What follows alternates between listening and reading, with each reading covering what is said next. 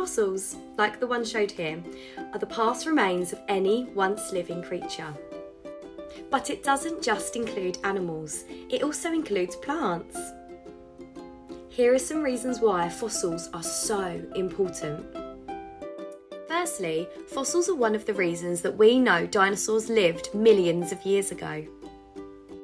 This is a pterodactyl fossil.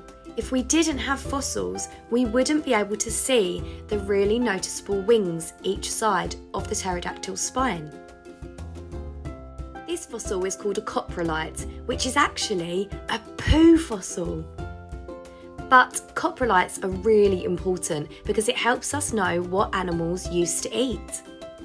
Finally, fossils help scientists figure out what animals used to live on planet Earth.